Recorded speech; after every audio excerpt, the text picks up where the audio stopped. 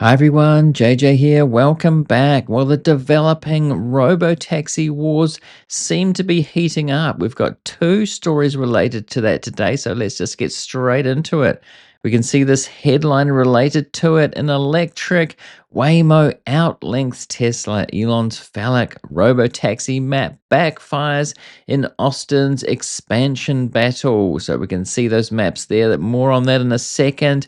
And this story here as well in Gizmodo, Uber is going all in on robotaxis. We know that Uber has partnered with Waymo in Atlanta and I think in other places too.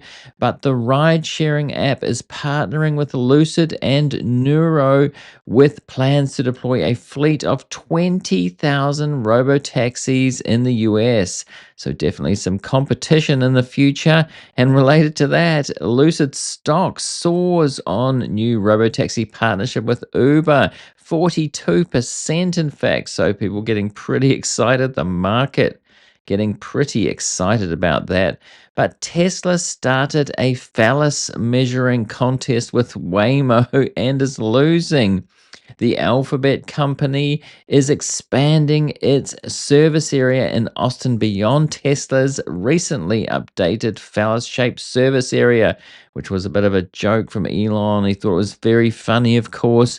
Waymo is taking a few shots at Tesla in the announcement as well. Last month, Tesla launched its robotaxi service in Austin. I've got a number of videos. I've been following that on here, how it's been going. They've got a safety monitor in the seat as well, which they say here. As we have often reported in the last few months, the service is primarily for optics after years of being wrong about Tesla launching unsupervised self driving in its consumer vehicles. Yes, as we know, Elon's been going on about this for years and predicting that it'll be just months away from 2016 on. CEO Elon Musk needed a win, and therefore Tesla launched a limited service in a small area of Austin, Texas, with Tesla employees being in the cars at all times, ready to stop the vehicle. So, yes, an engineer, and they put that engineer in the passenger seat rather than driver's seat. And to make it look like it's less supervised, but they do have that kill switch. And this meme kind of says here, there's a few memes about it, but Elon slapping a human monitor on the faulty FSD software. And we've seen a number of errors coming out. One that I just made a video about in the last couple of days was it not stopping for a railway crossing, which I noted in that video. It does seem to have problems with that, not just the crossing arms, but other thin barriers as well. So that is pretty alarming. So Electric says the service falls short of the promise that all Tesla vehicles built since 2016 would achieve unsupervised self-driving capabilities, and it's also not comparable to Waymo's service, which operates in Austin and several other cities without supervisors inside the vehicles. So yes, they're going head to head here in Austin, Texas. Tesla starting, but Waymo already had cars on the road and a geofenced area there, and this is where the competition has come in, or this contest, so-called contest, but Waymo has taken the upper hand here. Despite the situation, Tesla's shareholders are hoping that the automaker is going to be able to scale faster than Waymo and eventually catch up. More on that in a minute from one of the evangelicals, one of the Tesla pumpers, the Tesla influencers, about that. Well, Elon and his followers claimed victory when Tesla expanded the service area in Austin just this week. But we noted that the expansion, which Tesla intentionally made phallus shaped without any practical benefit, did more to illustrate the seriousness of the effort than anything else.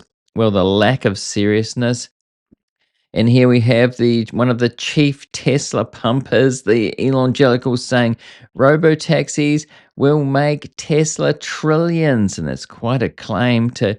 Does he mean the market cap of Tesla trillions, or does he mean actual revenue and profit? Because that is a huge amount to make from this. And we're seeing competition in the sector already. So, how much competition is there going to be? And so, this is Farzad. He says, I let Robotaxi drive me around for almost 2 hours while I presented my long term financial model for the self driving business. And at the end, he says NFA, which means not financial advice. So he basically says how much Tesla's going to make and then not financial advice. So financial advice, but not financial advice. So, yes, that's how they go. But trillions is a lot to make. And when they've really made zero, I mean, they're charging 420 and they've increased it to 690.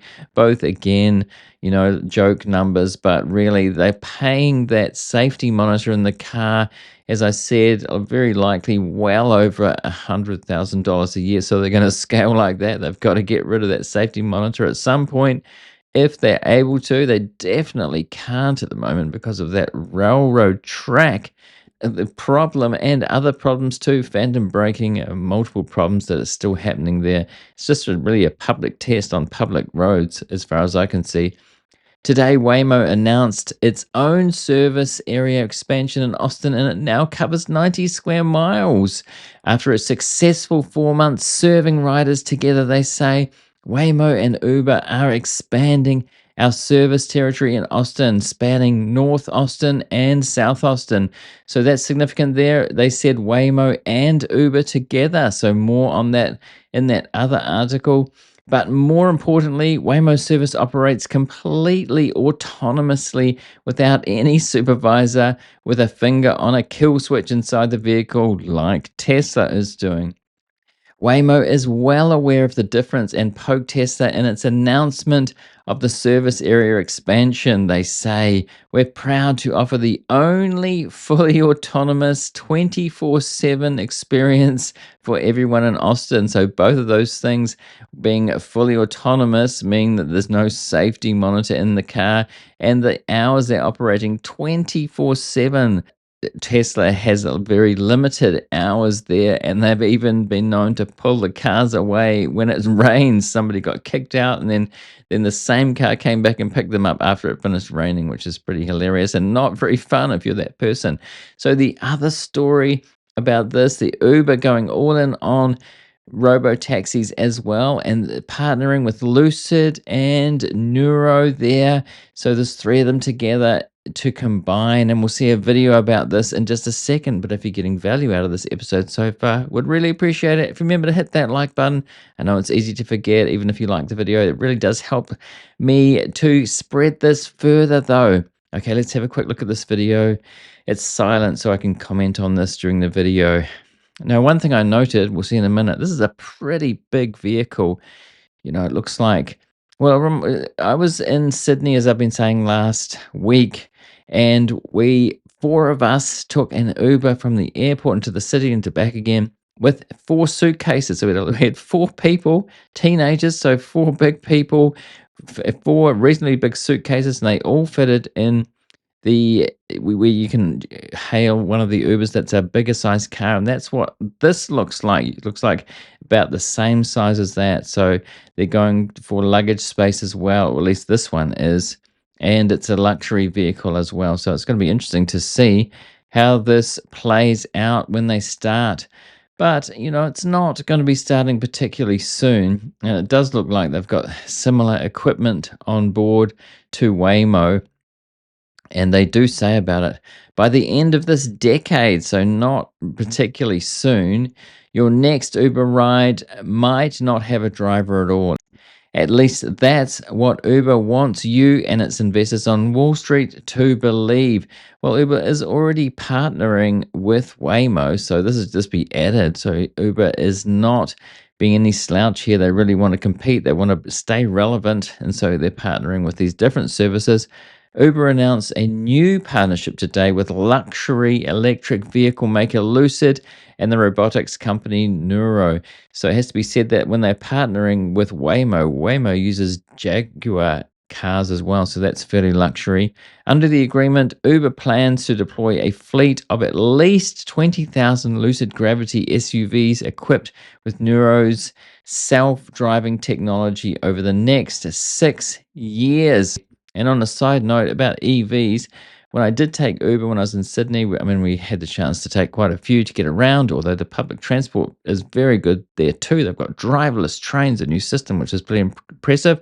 But I digress that I took a Polestar. They had a Polestar 2, I think it was, and the guy said he had 200,000 kilometers on the clock already, and the battery, he was getting over 350 kilometers out of it, he said, still after that many. So that's pretty impressive. But anyway, I digress again. As part of the deal, Uber will invest hundreds of millions of dollars into both Lucid and Nuro. So that's a significant investment.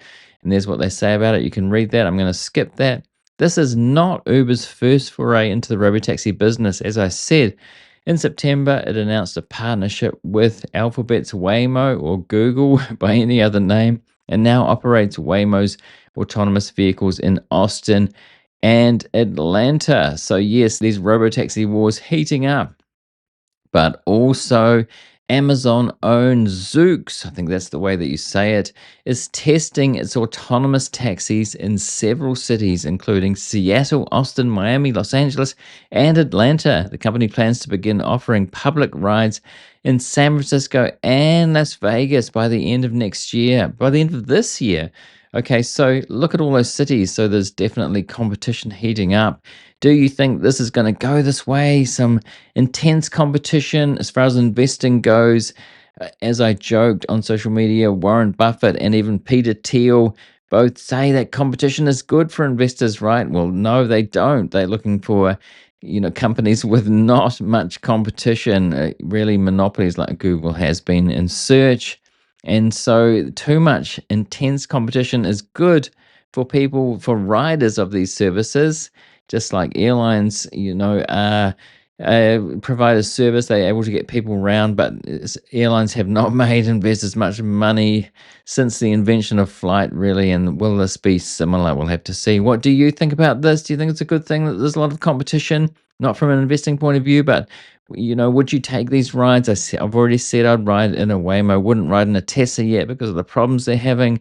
What do you think? Is this a good thing? Are you for autonomous taxis like this, robo-taxis, or not? Let me know. And right now, I'm going to put a related video right there. Do go and see that now if you want to. And as always, a subscribe link on screen. Do subscribe if you want to get more of these kinds of videos from me in the very near future. Thanks for watching this one, and I'll see you in the next one.